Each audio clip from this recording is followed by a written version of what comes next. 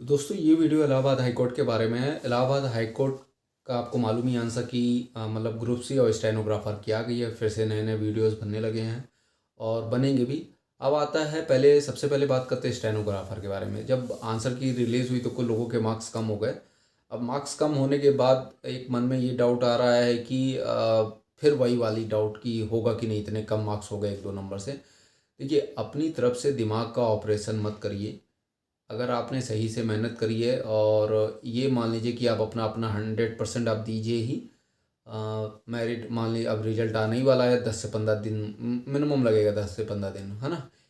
अब in case मान लीजिए नहीं हुआ तो कोई उल्टी नहीं हो जाएगी, आपको दिक्कत हो जाएगी कि नहीं हुआ तो अब क्या होगा, है ना।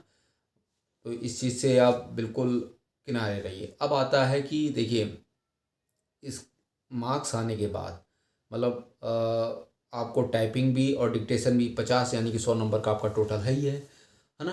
अब इसमें कैसे इम्प्रूव करें, ये बहुत इंपॉर्टेंट हो गया। डिक्टेशन, देखिए डिक्टेशन आपको करनी है कायदे से।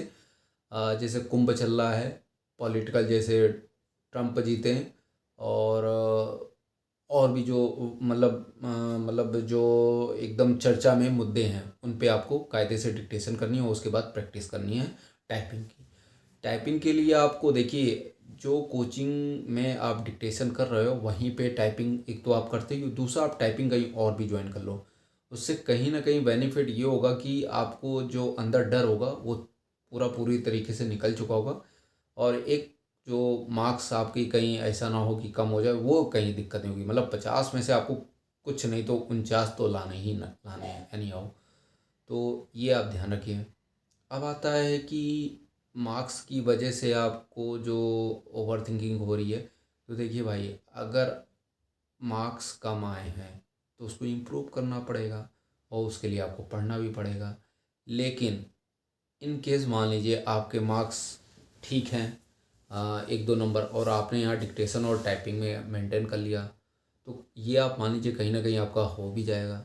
लेकिन पहले से ही दिमाग का ऑपरेशन कर लेना कि नहीं होगा तो वो बिल्कुल बेकार है। अब आता है कि कुछ लोग अगर अब ये सोच के कि अब से स्टार्ट करेंगे मतलब डिक्टेशन वाला, तो भाई जी ये आप भूल जाइए। अगली बार आप तैयारी से फिर से तैयारी करिए और अगली बार के लिए आप बैठिए। जो लोग बैच चला रहे हैं और लास्ट मोमेंट पे सोच रहे हैं कि बैच ज्वाइन कर लें, शायद बैच से भला हो जाए, और बैचेस के नाम मान लीजिए किसी भी तरीके के बैच जो ऑनलाइन स्टार्ट करें हैं डिक्टेशन के लिए, मतलब आपकी हेल्प कर देंगे। तो देखो, ऑनलाइन और ऑफलाइन में बहुत अंतर है। ऑनलाइन में वो लोग मतलब सरवाइव कर जाएंगे जो अच्छी खासी प्रैक्टिस में हैं, उनको दिशा निर्देश देने की ज़रूरत है। जिनको नहीं आता है वो ऑफलाइन बैच ज़रूर से ज़रूर ज्वाइन करें, जो जो मतलब जहां आपके पास नज़दीक पड़े, जो आपको टीचर गाइडेंस कर सके। अब ऐसे लोगों से भी आपको बचना है जो एकदम तुच्छ और चाटुकार टाइप में होते हैं। ये जीवन में ऐसे व्यक्ति हैं जो ना तो किसी का, ना तो अपना मतलब ना तो इनका होगा और ना ये किसी के चाहेंगे कि होगा।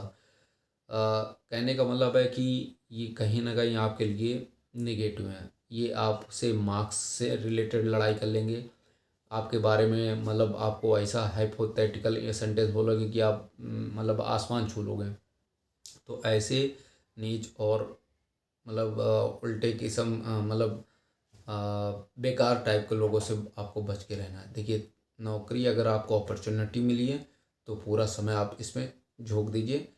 किसी भी तरीके से आपको ये नौकरी निकालनी है। ठीक। तो बाकी इससे रिलेटेड कोई डाउट होगा तो आप मेरे से